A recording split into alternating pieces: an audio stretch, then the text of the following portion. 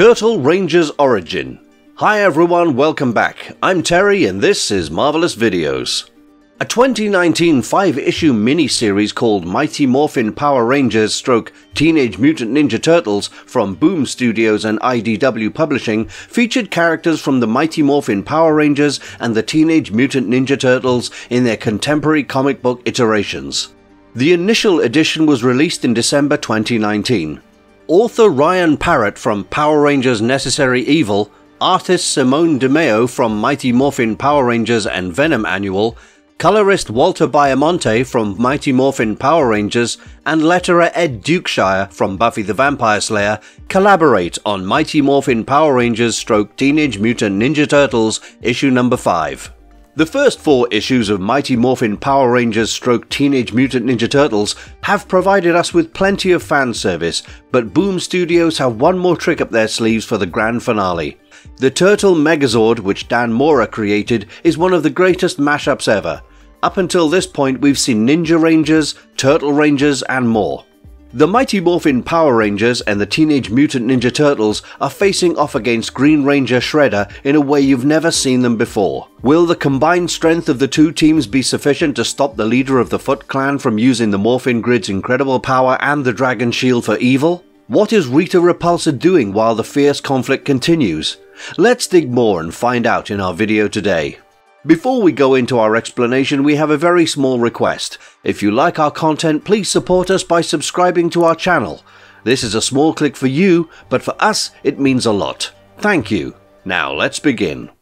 Amazing story of Turtle Rangers Origin. The opening scenes of the story are a collection of scenes from defeated wars. The first is at the Ninja Turtles' New York City sewer home, where Zack's power axe is lodged in the floor and Donatello's bow staff is broken in half. The second takes place at a destroyed Angel Grove Youth Center, where Mikey's nunchucks are sitting on a chair and Kimberly's power bow lies shattered next to the counter. One of Jason's power swords and Leo's katanas are embedded in the floor of the third, which is located someplace in a lab. In the last image, Rita's castle on the moon is depicted, along with indications that Raphael was present, including one of his sais that is still stuck in Rita's telescope. An unidentified individual converses with someone throughout this on the links of family and friendship and how these connections might form a family. Apocalyptopus, a mollusk-human hybrid monster terrorizing Angel Grove, is being fought by the Power Rangers. They have little trouble combating the putties and him as Zack brings up Tommy's disappearance. Billy makes the observation that mollusks can just regenerate their limbs, after Trini repeatedly attempts to cut off Apocalyptopus's tentacles. Trini tells Jason that they can simply eliminate the 8-legged freak immediately to speed up the process. Jason concurs, and they all conjure the power cannon, fire it and annihilate Apocalyptopus. Trini celebrates their unquestionable 47th consecutive triumph and wonders whether any heroes would be able to surpass that mark. While discussing what would make them love becoming humans if they could turn into them, the Ninja Turtles are currently fighting the Foot Clan in New York City. Mikey says it would be nice to be able to wear shoes, while Donatello wishes to have 5 fingers. Leo speculates that he'd want to have hair on his hairless head because he was at a loss for words. Leo urges everyone to concentrate on the subject at hand rather than these fictitious disputes, but Raphael declines to participate. Donnie tells Leo that the discussions are an excellent way to concentrate the group and foster teamwork, as he understands that Raph is okay with being himself, that is, the turtle pride and all that. Donnie jokes that Raph has more clothing than any of them, but Mikey claims that Raph is completely lying and does wish to be human in certain ways. Until the Foot's ninja mask is removed and Tommy Oliver is revealed, Raph is holding his own against them. To the amazement of his brothers, Tommy bashes Raph and knocks him out with a single punch. Mikey and Donnie then make fun of Tommy's beating of his brother, and Mikey wishes he had a camera to capture a photo. The Turtles attempt to chase after Tommy's command to withdraw the Foot, but the ninjas escape. Leo goes to check on Raph as he is furiously moping on the roof while Mikey and Donnie continue to make fun of him. When Donnie wonders what they should call the Superfoot ninja who shoryukened his brother, Mikey decides to nickname him Steve. Raph then tells them that escaping from his 3 brothers would be the nicest part of being a human. Leo encourages them all to calm down and remarks that sometimes even winning may seem like losing. Trini is upset that she couldn't pass a physics exam since she was busy rescuing the world at the youth center back in Angel Grove. Trini continues, saying that Jason asked her to lower her voice when she mentioned battling a king calamari rather than studying when Mrs. Appleby questioned her about why she wasn't ready for a test. If they want to make the honor roll, Jason wonders if they should give up becoming Rangers. Zack wishes they weren't always Earth's final line of defense as it's so stressful, and Trini claims that's not what she meant. Kimberly is in the command center questioning whether Zordon and Alpha have heard from Tommy after being shocked to discover they can't find him. Tommy acted strangely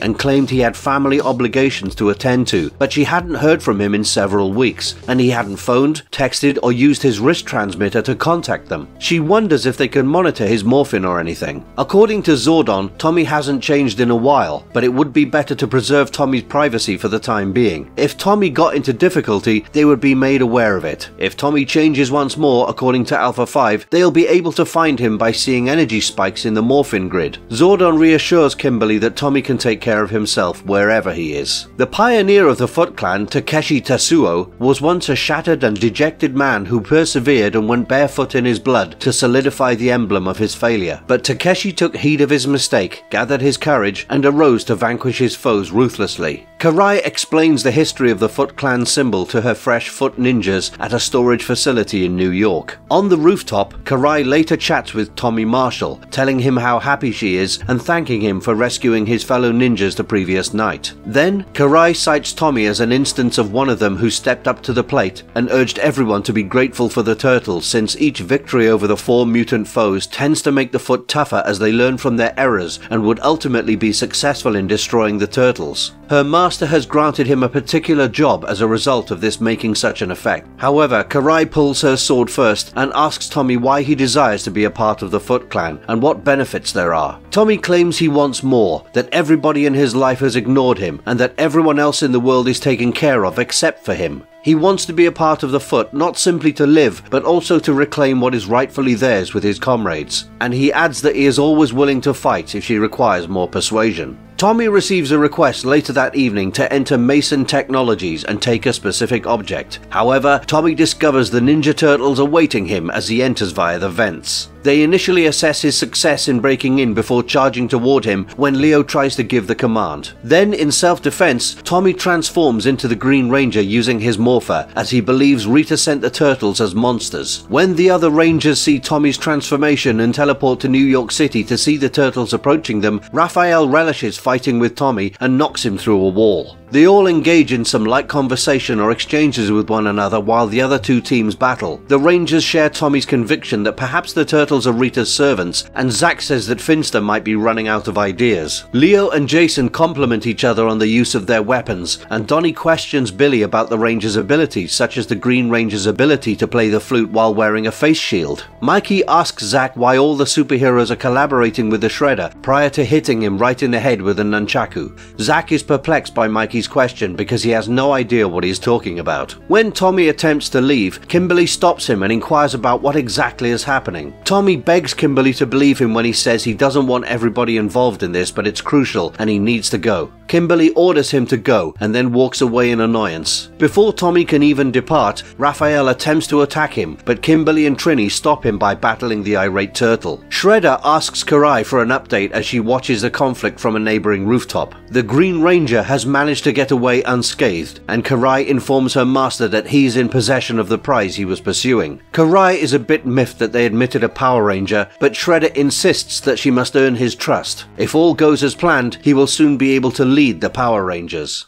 In issue number 2, we see the Rangers and the Turtles are still fighting, but they're able to defuse the situation gradually by communicating with one another and outlining the specifics of each other's situations. The Turtles are able to describe the Foot Clan, the reason they looted the lab with Tommy, and that they are familiar with the Power Rangers thanks to Ranger Station and TV, including a brief statement of when Tommy was victorious the first time, questioning if that is still the case. Donnie acknowledges that the huge man is amusing, which is why he watches the webcast. After several more altercations, Leo and Jason instruct their squads to disperse while they settle the situation. While Donnie attempts to pacify Raphael and quips that this is the way his brother makes friends, Raphael is determined to keep moving and threatens to harm Tommy when he locates him. Before all of them are discovered and make the news, the Turtles warn the Rangers to pursue the chopper they hear. Just as the two hero squads depart, Channel 6 flies in, and April O'Neil reports on the Foot Clan's heist of Mason Technologies and that locals have seen the fabled Power Rangers at the site. At the conclusion of the show, Vernon notes that April didn't mention her turtle pals. April merely informs him there's nothing to report because there was no evidence of their presence. In response, Vernon, who still believes that the turtles are criminals, claims that she can't defend them indefinitely and that one day everyone will reveal them for what they truly are. April simply turns around and leaves, murmuring that she hopes one day people will recognize her friends for who they truly are. Tommy is brought to the Technodrome by Karai to visit the Shredder in order to return the stolen item. This pleases Tommy's master, who offers to elevate Tommy to the level of Foot Ninja in return and says that Tommy's life is now his. The Rangers are gathered together debating whether it would be wise to believe the Turtles. Some of them have issues with this since Zordon claimed it was okay to expose who they are to the mutants, which would be a breach of the fundamental guidelines regarding the secrecy of their identity. Jason gives everyone the reassurance that doing this will increase trust and that the objective is to get Tommy out of any difficulties he may be in. He introduces himself first, then the others demorph their helmets after him. Donnie is a little disappointed to see that they are simply regular people dressed up. Leo says the four brothers will explain themselves as they go, as the sun is rising. He points them towards a manhole cover leading to the sewers.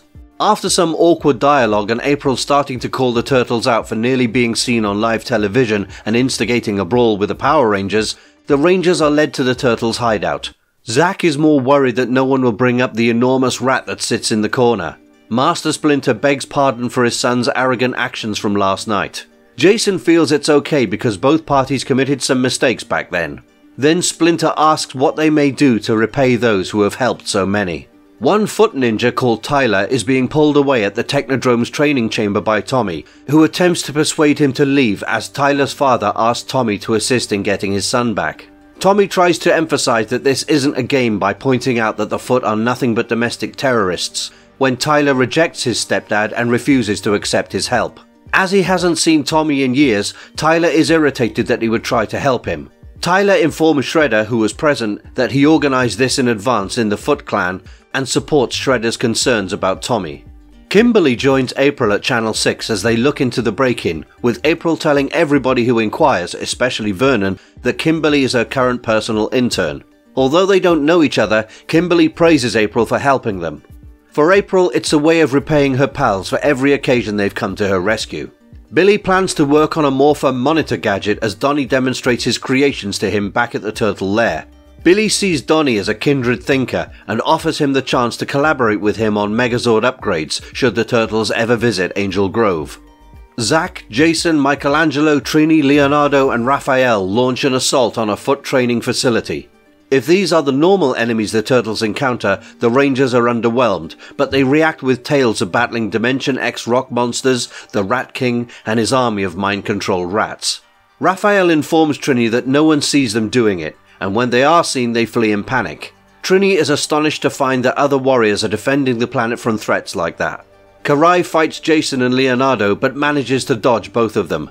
The two argue over the best sword skills to use against her when Trini tosses a jar at Karai's head and tells her allies not to think it through too much.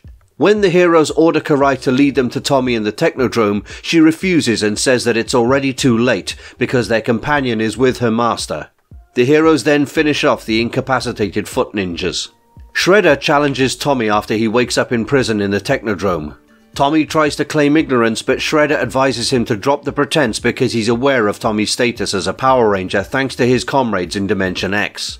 Tommy challenges Shredder while morphing, but as Shredder triggers a gadget, Tommy is blasted back and demorphed. Rita Repulsa detects the Dragonzord power coin being held by a new bearer on the moon. He expresses gratitude for showing him how to operate the Morpher. Rita persists in getting the coin herself despite her minions' offers to do so, since she believes the new owner of the power coin to be a strong individual. Before Shredder addresses Rita, Bebop and Rocksteady welcome her and her henchmen to Earth through a gateway. Rita is approached by the Green Ranger Shredder, who invites her to attempt to steal the coin if she wants it back. Rita begs him to give her the Dragonzord power coin back, but Shredder raises Tommy's Morpher and yells "Dragonzord" to turn it on. In the third issue, we see Shredder battling Rita while wearing a Green Ranger outfit that borrows elements from the Mighty Morphin suit and his customary armor. Shredder corrects Rita, saying that she should say that he has twisted the power coin to his will rather than corrupted it. The strength boost the coin gave Shredder, improving his power, speed and senses, impresses him. Bebop and Rocksteady corner Rita's minions.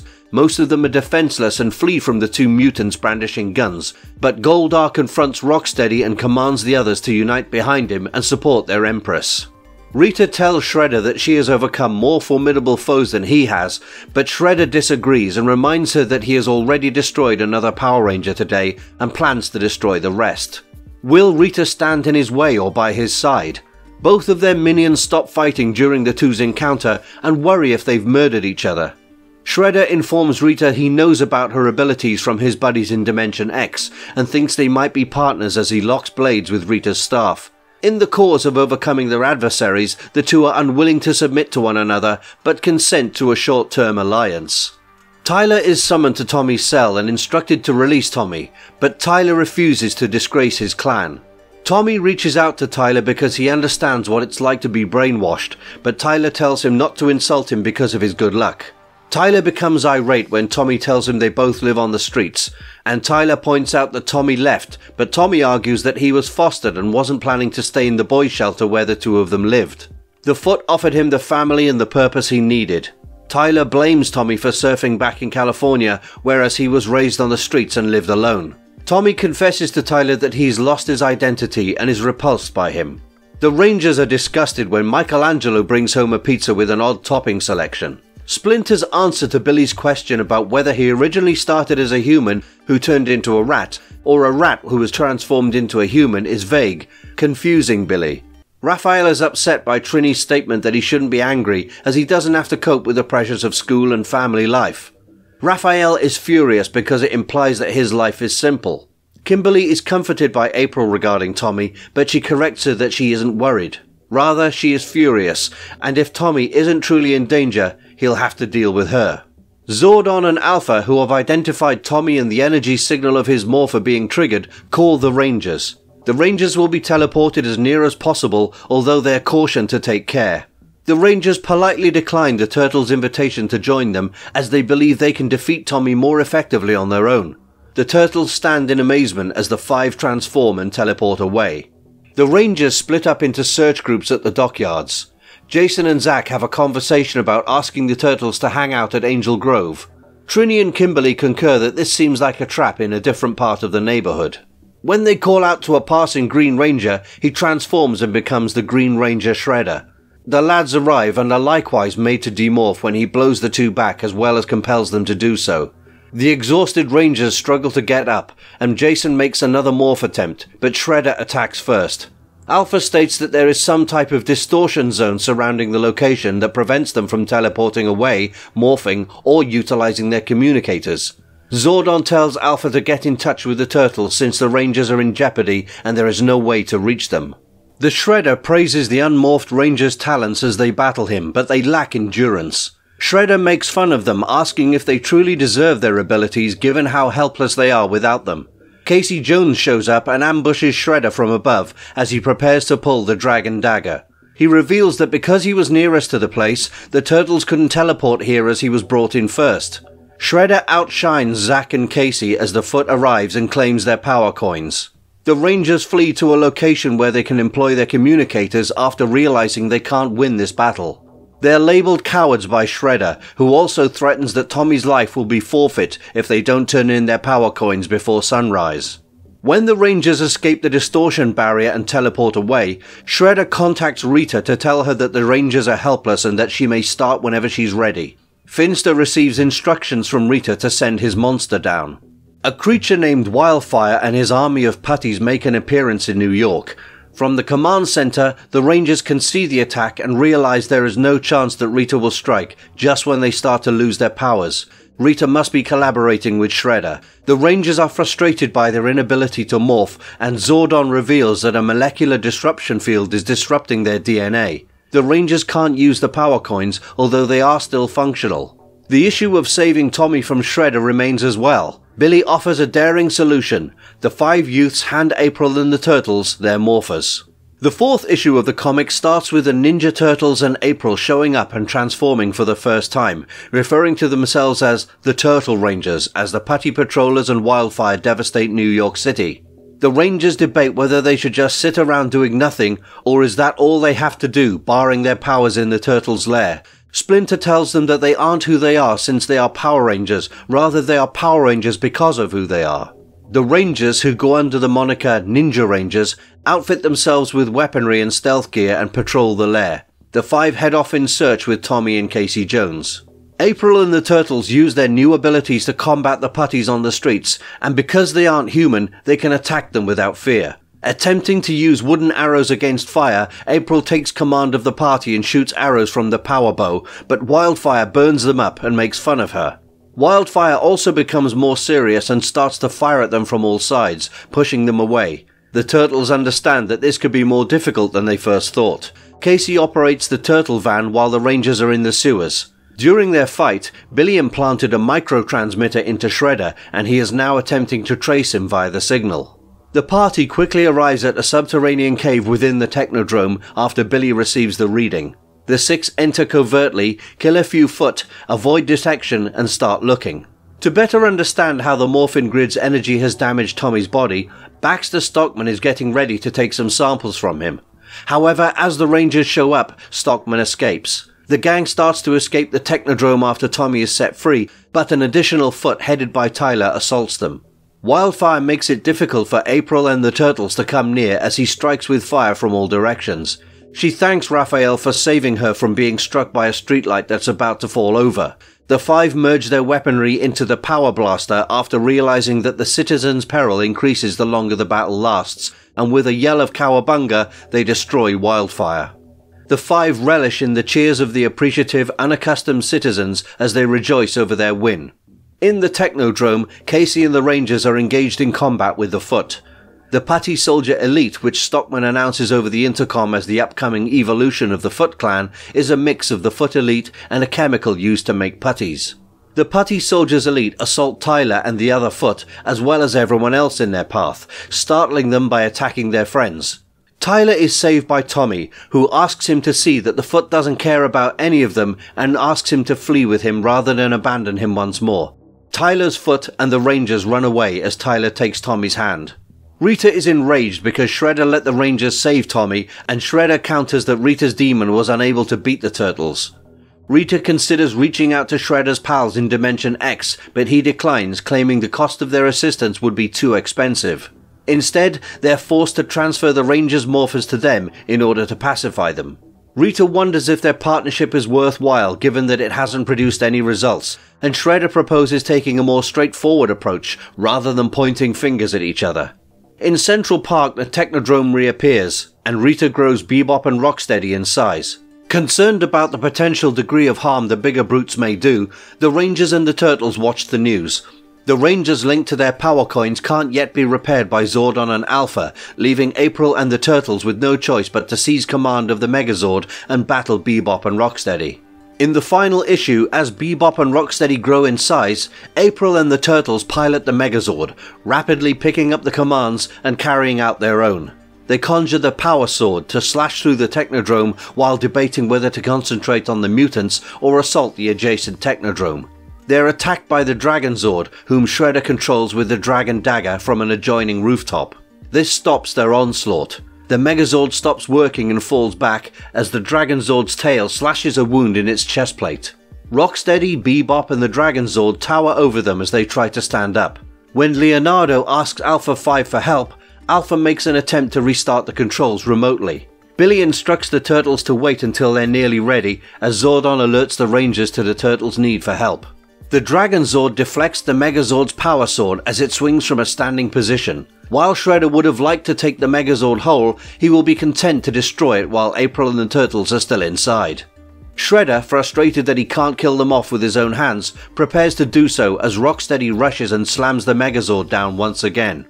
Suddenly, the Rangers show up in Metalhead, a modified Zord-sized artificial turtle that Billy grew using a modified miniaturizing beam.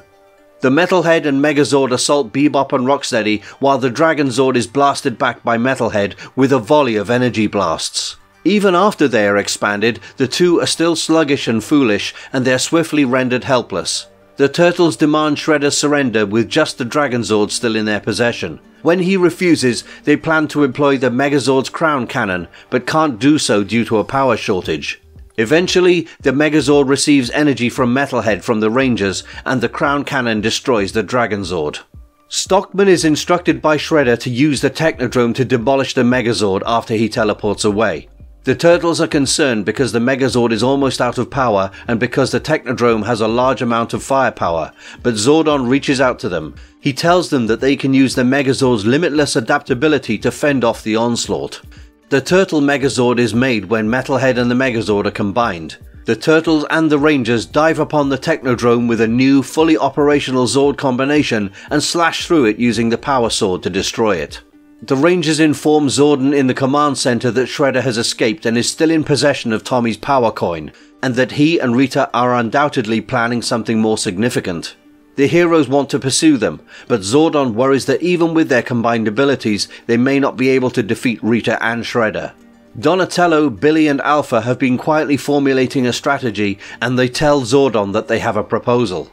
The two aim to utilize Shredder's improved technology to demorph the Rangers on all of Earth, so that only those Shredder selects may use the power coins. Rita is preparing to use her magic on the moon to improve the device. Shredder is skeptical of Rita's ability to do this, and observes that working with her has cost him his minions, his army and his base, despite the fact that their union is still fragile. He will throw her further into the stars and seize her castle if she's unable to get the desired outcomes.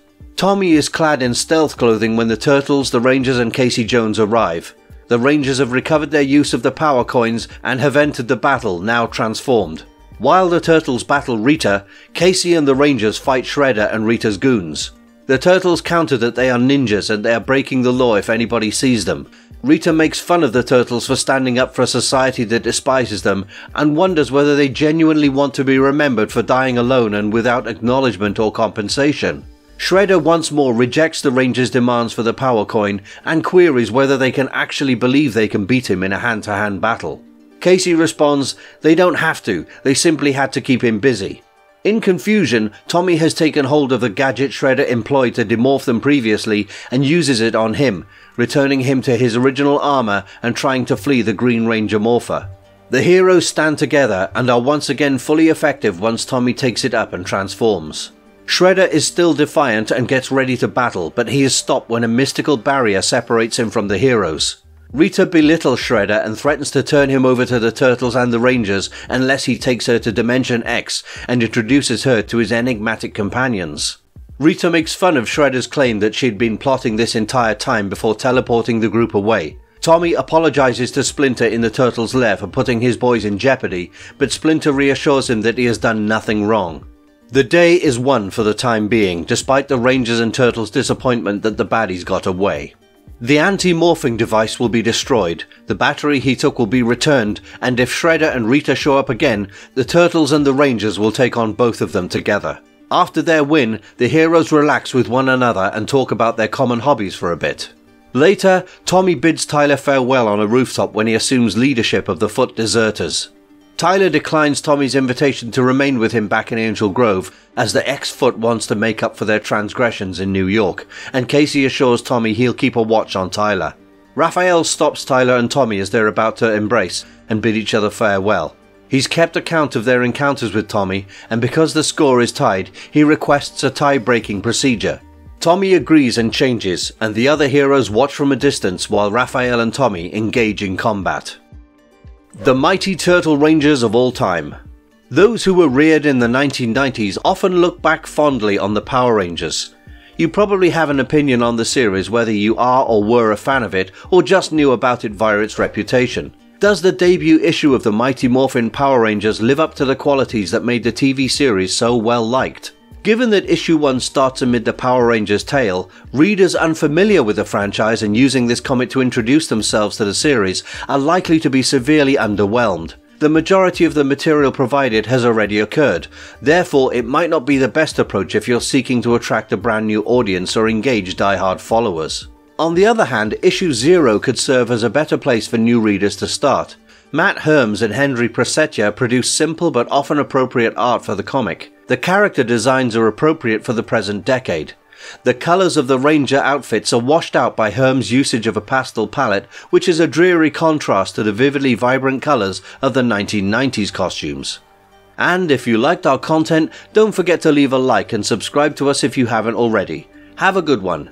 Thanks for watching, and see you next time.